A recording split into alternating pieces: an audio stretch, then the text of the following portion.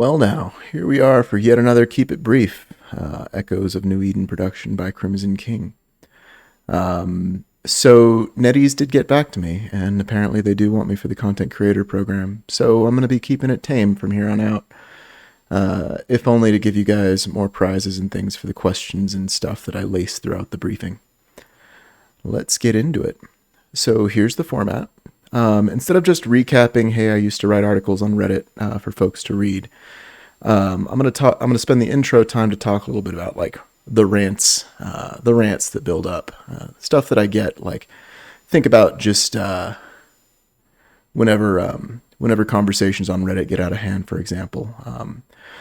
But for this week's episode, I think I'm going to go into the naming of things, specifically the naming of the Keep It Brief. Now, unlike other games on the market, Eve Echoes is not an entitlement simulator. What do I mean by that exactly? So, if you want an entitlement simulator in the sci-fi genre, try Mass Effect 2, probably my favorite action RPG of all time. You feel like you earn whatever the results are in the final mission there. You either have to try really hard to fail or potentially lose dudes in that final mission, or you succeed, and maybe you don't succeed unscathed, maybe you succeed like perfect, who knows? Your decisions matter there. Whereas in Eve Echoes, that's not really the case. It's not an entitlement simulator. It is a sandbox where multiple people play. Which means it's a lot more like the blackjack table. It's a lot more like Dwarf Fortress. It's a lot more like a roguelike. The risks that you take are on you, and not all of them are going to succeed. So being able to keep it, basically hodl or, reduce your risk as much as possible through skill and tactics, that's the most surefire way to gain in the long run. Now, you could be a credit card warrior and drop like hundreds of dollars to get the sweetest, fanciest gear. But if you're useless in a frigate, you are useless in a battleship. Maybe FC will tell you when to push the button to do the damage, and maybe FC is the one carrying the skill for your team. But if you're out there on your own and you don't know when to engage and when to disengage, you're going to lose. And you're going to lose hard if you invest too much without playing safe and keeping it, close to the chest.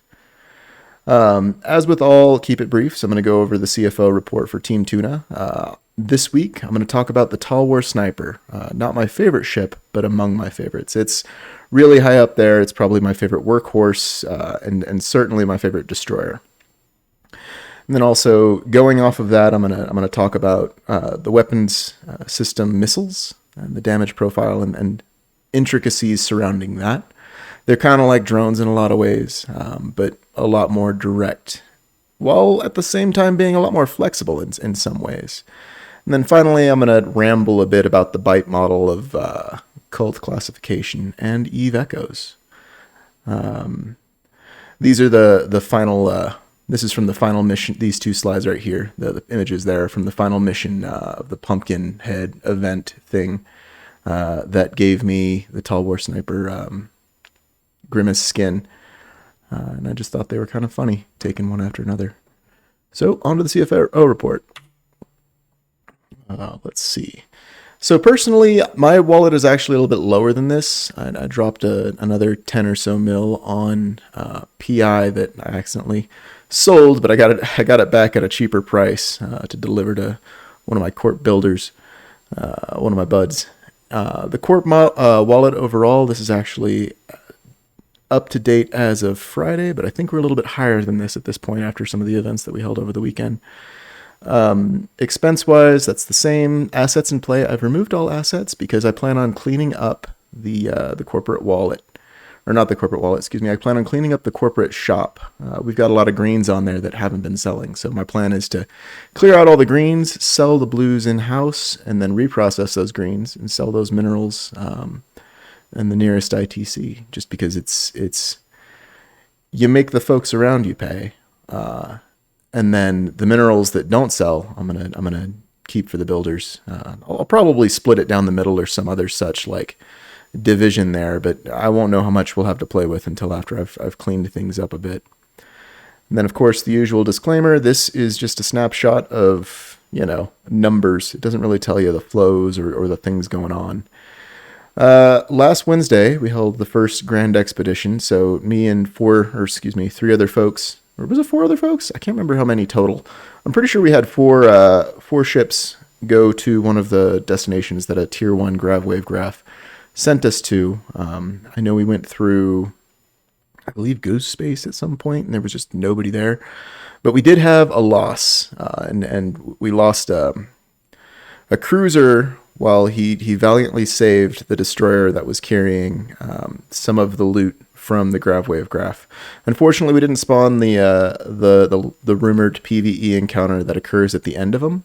I'm hoping as I burn through the rest of the T1s, we'll have better luck before I get into my stockpile of T2s. And those should provide a lot more return on investment. And hopefully by that point, we'll have more folks flying. I'm actually tempted to host a grand expedition out of Jeddah this Thursday, since I don't really have anything going on for the holiday. And we're not doing the Echoes of New Eden podcast this week, as far as I know.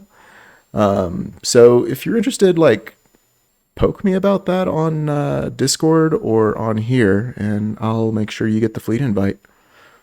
Moving on. Here's general strategy that I'm talking about for Team Tuna overall.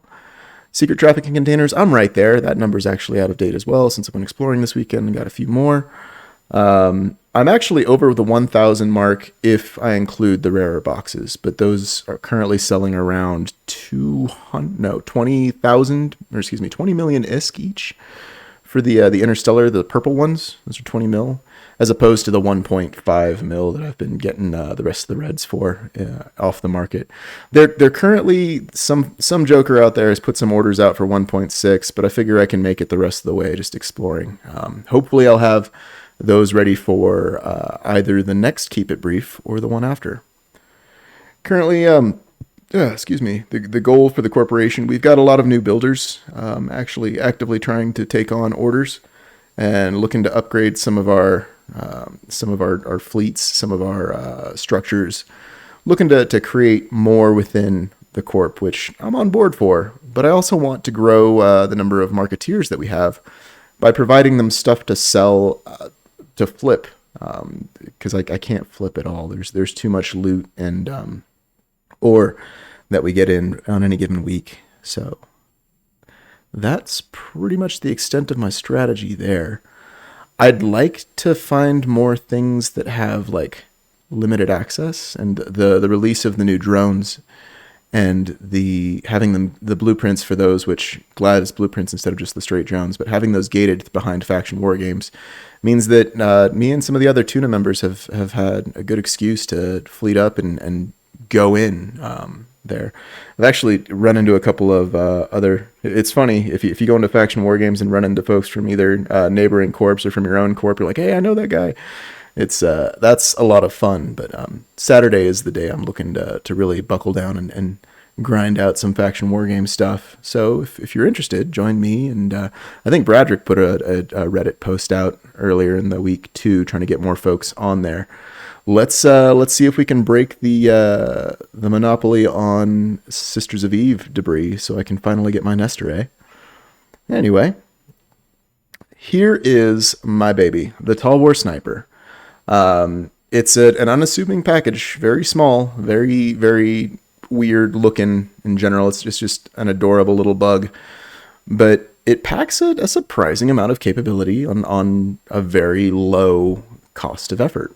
For 20 million ISK, you can shoot greater than 80 kilometers maximum range. You can shoot at 60 kilometers without certain fitting requirements if you want to go that, but it's also got a 30 kilometer plus cold, which means say I were to throw a little bit more some of those DPS augments on it, I could, and it would function well outside the range of most other craft in its tier, which, I mean, as a PvE special, this ship can do pretty much any content in the game, so long as you've got buddies willing to face tank for you. You can run around and pick up the loot for them. You can provide support in case there's an interceptor that drops on the grid. especially since the alpha is high enough and they have an increased range to their webs. They're pretty decent as tackle, and you don't mind losing them. They are cheap. They are meant to be thrown away. Destroyers are meant to die so that the battleship survives. That is their job. One of my favorite book series, actually, the Honor Harrington series. Her first command is as a destroyer pilot, and you've got to be aggressive when you're flying a destroyer. Like, you want to fly it like you're trying to hurt yourself in some ways, but also you want to try and survive. So it's a fine balancing act between like matching capabilities to situations, which for a generalist like this, there aren't very many situations where you won't have something to do, even if that something is just reporting back to FC, saying, hey, their fleet is too big, we shouldn't take this fight. It's a stance dancer. As far as ships go, there are several ships that have special functions, special modes. Sniper is probably my favorite, especially on such a small, light, fast craft. Because you can go from long range kiting to short range speed kiting to, because it's so small, you can even signal kite to an extent. All at the drop of a hat, all situation depending. So if you've got, say, a dummy on grid, try plinking some of its drones. Try alphaing a drone off the table before warping away. Make sure you're pre-aligned before you do that warp, and make sure, those drones aren't going to get you. But it's really, really flexible. With that flexibility comes a limit on what it can actually perform, though. Its DPS is piddly. At I think about 200 up to 280-ish DPS. So whatever you're doing, you're going to be doing it for a while. But you get a couple of these, you get 3 of these, and now you're starting to hit with about the same weight classes as a cruiser, all at a fraction of the cost for each person involved. So great for small gangs, great for solo if you don't mind like pushing your luck there a little bit. But it's an amazing ship. T8 base busting is painful, especially when it comes to the battleships. What I would usually do there is I would swap over to a stealth bomber and just signal tank those last battleships after clearing out the small frigates and stuff. Wait, you can use multiple ships against the same target? Yeah, in PvE situations, of course you can, especially when those ships are cheaper and punch above their weight class. Because the Talwar Sniper's got such an extreme range for its size, it can do the job. It's not as good at that job as, say, a battleship or a battle cruiser, but it'll get the job done, and that's what really counts. A ship being able to pay for itself quickly and efficiently is an efficient ship, and I think that's something worth appreciating. It's not going to earn you the most ISK in the long run, or even in the short run, but it will earn you the most stable ISK if flown correctly. Plus, it'll teach you things that'll help with the bigger class ships, especially for battle cruisers and other potential stance dancers. So even if you want to look at, sniper cruisers or anything with a special mode, bombers. I learned a lot from the Talwar Sniper that helps me with my Hound 2. Whenever I dust it off and bring it out. There ain't a lot of structure warfare going on at the moment, thankfully, but this is an amazing little destroyer, and well worth your time. Especially now that drones the speed of drones has been drastically reduced. There are a lot of targets out there, and a lot of people who probably should be upgrading from the drones that they have to the new ones that they're kicking out. I'll do a quick aside here too. Some of the folks who are bailing on their drone skills instead of just waiting and seeing, guys, this is not League of Legends. This isn't a game where actions occur in small, self-contained, momentary instances, right? Echoes is the long game. And what is on what has been nerfed, or in my opinion, the tracking speed bonus to drones makes them a lot deadlier in defensive situations. And I don't view it as a nerf so much as a nuanced buff in a lot of ways. And I'm going to get some flack for that, but I've heard mixed reviews about the drones. and having more options, which is kind of what drones are all about. Like where the Talwar sniper is about utility with a very simple instrument, missiles, drones are all about utility through variations, variety. And I'll probably do a fight with tools on drones down the line once the meta like simmers down a bit. But for now, let me tell you a little bit about why I love missiles. So the damage application rules for a missile are slightly different than for turrets or even drones, because they use similar math to the turrets. It's just self-contained within those individual little mini birds flying around. Drones are like small fighters or tiny frigates running around and pew-pewing things, whereas a missile is a self-contained package with a destination, and it should not, under any circumstances, be returned to sender.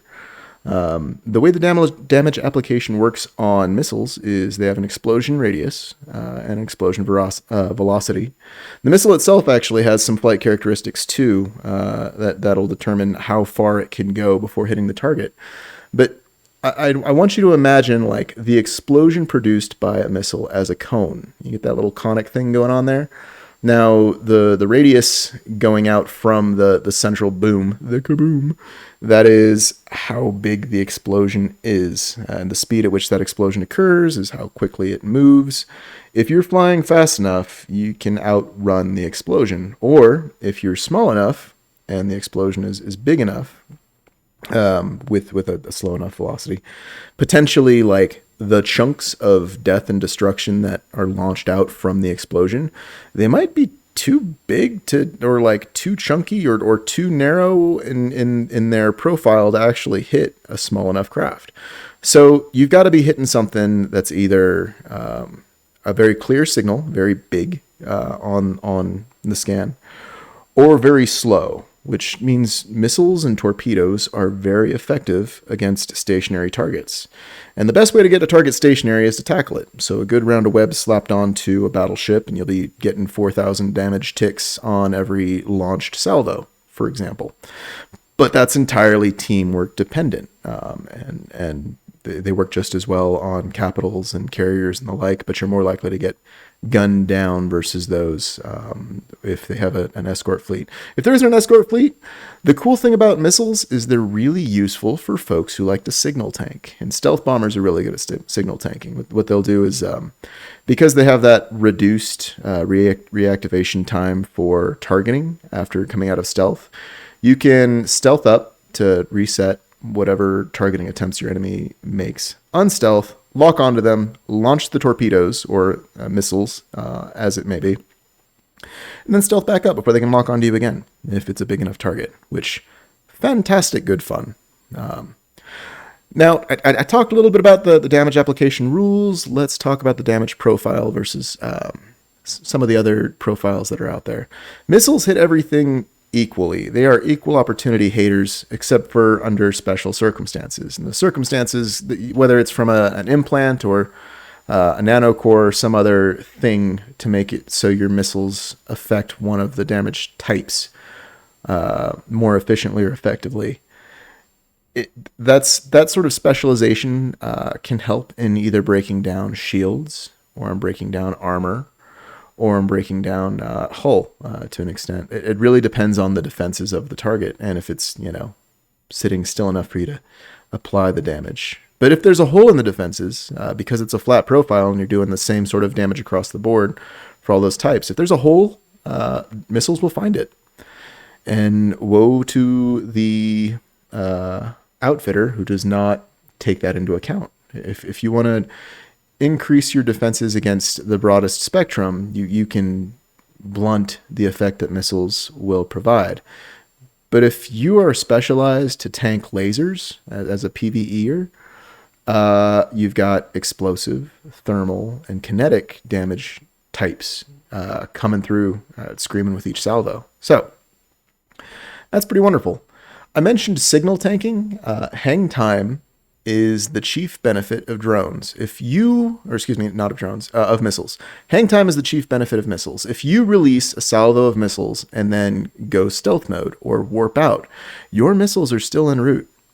This allows you to do some pretty cool trick shots and do some pretty twisted things that are unexpected. If you are on a gate in low sec, for example, and you accelerate to 75% of your maximum velocity and time it just right. If you launch a full salvo of missiles just as your ship says warp starting or warping or whatever the notification is that pops up just as you take off, those missiles are still en route. You will potentially be warping away with your warp drive turned off en route and with a crime timer, but your missiles will be scooting along just as happy as could be towards their imminent destruction. This will let you one-shot stationary, not the probe explorer, it's got too much HP, but covert ops explorers, like the covert ops frigates, probes, Imicus, whatever. You can blap those. You can one-shot them if they're stationary on a gate. So if you're flying one of those or something else equally squishy and delectable looking, don't chill on the gate. Dock that stuff. I mentioned the signal tanking thing. I kind of jumped ahead and I don't have a script. I'm just going off the slides. So, in mixed company, missiles are amazing, especially if you've got good tackle. You can play long range DPS, which not great because if you're in a sniper, it's all about the alpha. You can come in closer and try and like tempt the target to target you and go for the tackle. Missiles compared to torpedoes have a much longer range, but there are ways to play with that. Let's say for example, you're in a Talwar sniper because that's the ship it in mind, and you've got an enemy frigate closing on you from 100 kilometers away. And your max range on a Talwar sniper is 80 kilometers plus, right? With the guidance computer buff and all that. If you were to unleash the missile, your full salvo at about 90 kilometers, in the time it takes that frigate to close the distance and your missiles to go out and meet them, they've come into your damage profile. You can actually hit targets that are further away than what it says on the tin because of hang time, because those missiles are en route and they cross into the envelope instead of where turrets, if you pull the trigger on a turret, if it misses, bud. That bullet or rail liquefied plasma metal thing is on its way to some distant destination that is not your target. Whereas missiles, like, they'll go for a bit and then peter out and die.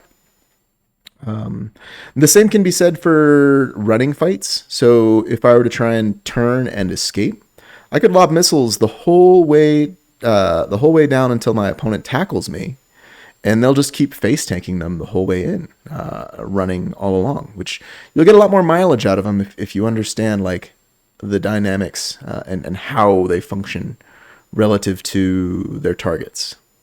Anyway, for this week's think piece, I'm going to talk about cults and cult-like behavior. I know it's really weird and out of left field, but I'm a big fan of reading widely, listening to audiobooks widely. There's a lot that I listen to. And the BITE model is just something that crossed my radar recently, or recrossed, I should say. BITE stands for 4 different aspects of human personality and how it's influenced. Behavior, information, thought, and emotion. So behavioral control, emotional control, thought control, and information control.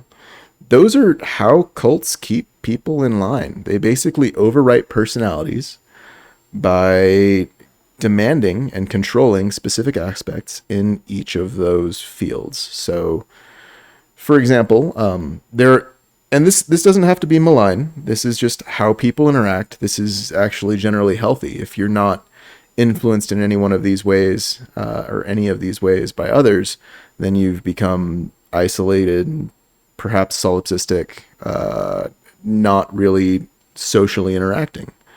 Cults take social interaction and drive it to the next level. They become aggressive and overwrite the personalities of their members with specific required responses to known incoming stimuli. And my favorite book on the subject is Combating Cult Mind Control by Stephen Hassan. Like he does a really good breakdown of like different cults and how they actually implement these things. But when it comes to Eve Echoes, I want to highlight a few things that like exist within the game and can be used within the game for your benefit. So there are shout outs for team cohesion. Honk, saying honk in local is kind of a big one, but also catchphrases for corporations. Just keep swimming is my favorite for tuna because like we have taken some beatings, man. Tuna has played a central role in many of the last few wars. And despite all that, we keep standing. We just keep swimming. We have been beaten left and right, and we just keep coming back because we have fun. Like we're in it to fly the ships, not necessarily to own all of the galaxy, or we just want to fly around and have a good time, right? Our behavior is chill, whereas honk is a little bit more. The behavior is meant to be a little bit more playful, and then also potentially like goose-like. But there are other means of influencing behavior. So in a military environment, the salute is a universal behavior that's just acceptable. And O7, which is the stand-in in Eve, fits that as well. So if you want to be part of the crowd, or if you want to be more closely associated with other folks within the community, be authentic, but also understand that there are aspects to the language that we all speak, whether it's jargon like scram, point, or even the O7, or if it's general behaviors and expectations like popping pods in Eve Echoes as opposed to popping pods in Eve Online. Like those have different connotations and expectations. Being able to highlight those and recognize them for what they are and incorporate them into your daily play will help you build stronger bonds. It's a way to build cohesion. Same can be true with information. Anytime someone in the community raises a fuss over some new change and like the echo chamber begins because very few folks are actively going to like first principle design and saying, hey, this ain't that much different than this other thing, or hey, this ain't as bad as y'all are making it out. Here's a fix. Here's how you mitigate this challenge. Here's how you overcome the game as it exists. Because again, not an entitlement simulator. It's like a second world for you to play around in. But however you control your intake of information, wherever you get your sources, like if you're only getting it from one input, you are limiting yourself, and you are being controlled, whether deliberately or not, most likely not, by that one source. So listen, read, watch, whatever you do for your information, go as widely as possible. The more sources of information, the more data you have, the easier it is to filter down. And this especially applies to Eve Echoes because, the meta changes every moment. The market is constantly moving. What is popular at one moment might actually be useless the next. And vice versa. What's useless at the moment, like when Morfight first came out, capital ships were a dream. They didn't exist yet. But Morfight did, and it didn't have a purpose. And I bought a lot of it. And I held on to it. And you could do the same with other resources in the game as they emerge. There are flip sides to that, but read widely so you know what's most likely to be true and what's least likely to be true. Don't let other people narrow your sources of information. And thought comes into that too. Like entertaining thoughts that you don't necessarily believe in is the hallmark of an educated mind. Like being able to entertain thoughts even though like they're unlikely, and follow that trail of logic. Well, if it's like this, maybe it's like that, will allow you to see strategies that are unexpected, that surprise and catch your opponents off guard, especially if their thoughts have narrowed to the point where they only know one way to interact with a given situation, one way to expect things to turn out. And then emotions, emotionally, like the salt factory that this game can produce. Let's say you're a new player, you drop $50 and go for the sweetest swagtacular ship out the gates, and you expect it to be wonderful, and you go out and you PvE for a bit, and you get killed by rats. Even though you dropped all this money on the game, even though you followed all of the guides, all of the instructions to the T that you saw out there, you still died, or you got jumped. Like, your emotional reaction to that is probably going to be salt at the game, instead of understanding that you didn't learn your way to the top. You didn't go and hunt battleships and learn how to kill them in order to learn how to avoid getting killed in that case. And there are folks who've done that. Like, everybody earned their way through the tier system, for example. But that doesn't necessarily mean that they, flew at the level that things became intolerable at for long. It's important to remember that this is, I don't know how to put it. This is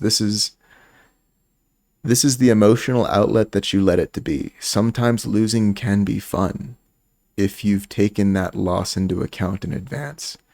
Like, so, funny thing the other day, I was trying to get a Noctis through nullsec because I am foolish and desire tension. And I got jumped. I got jumped en route in my Noctis, which, it happens. But I had a cloak on that puppy, and an inertial stabilizer, and a micro warp drive, and everything that I needed to make sure that I survived getting jumped. They dropped the bubble on the gate, and I stealthed and cruised my way out. And for a moment there, I was 1v5. They had a Dictor, a Hictor, and a Worm out there sweeping the Black of Night, looking for my little Firefly and cloak. And they couldn't find me. I got lucky. I got extremely lucky. There was actually one instance where a drone came within 3, and the Worm did manage to drop my cloak later on after I jumped to the next gate, and his friends got bored and bailed. But I got lucky. I managed to escape that first situation. And they were smart about it. They were clever. They actually set up a trap further down the pipe for me. And I got lucky again, landed, I think 3 kilometers off from their Desi, their Dictor. And within 2 kilometers of the Condor that was on the gate. Well, I turned tail, popped the inertial stabilizer, used my warp drive to get out of 3 kilometers range of that interceptor, and put my cloak back on. And they couldn't find me the second time. Like, they lost me because they didn't hit approach to 0 on time. Whatever their approach distance was, and I'm hoping this is what happened, whatever their approach distance was, it wasn't my face. And so the Noctis got to live.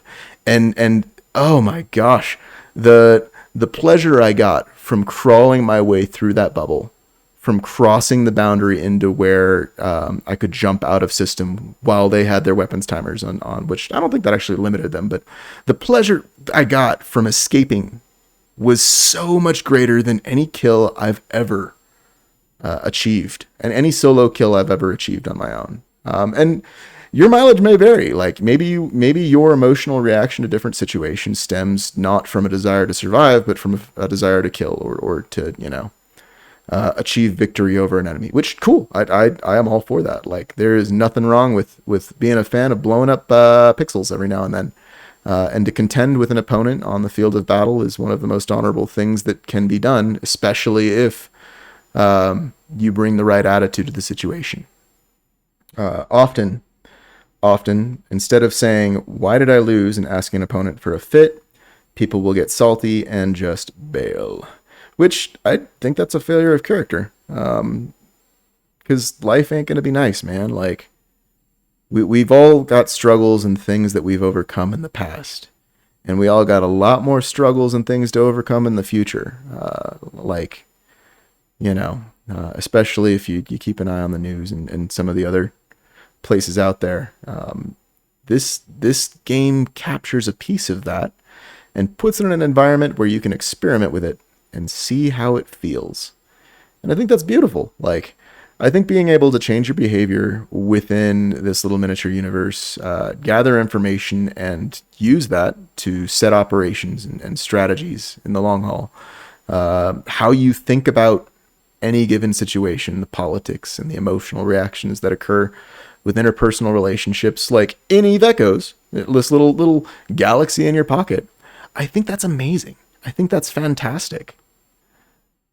Anyway, I this is about as much Ampola skepsis as you're gonna get out of me. I've been wool gathering for too long, so let's get on to the playlist.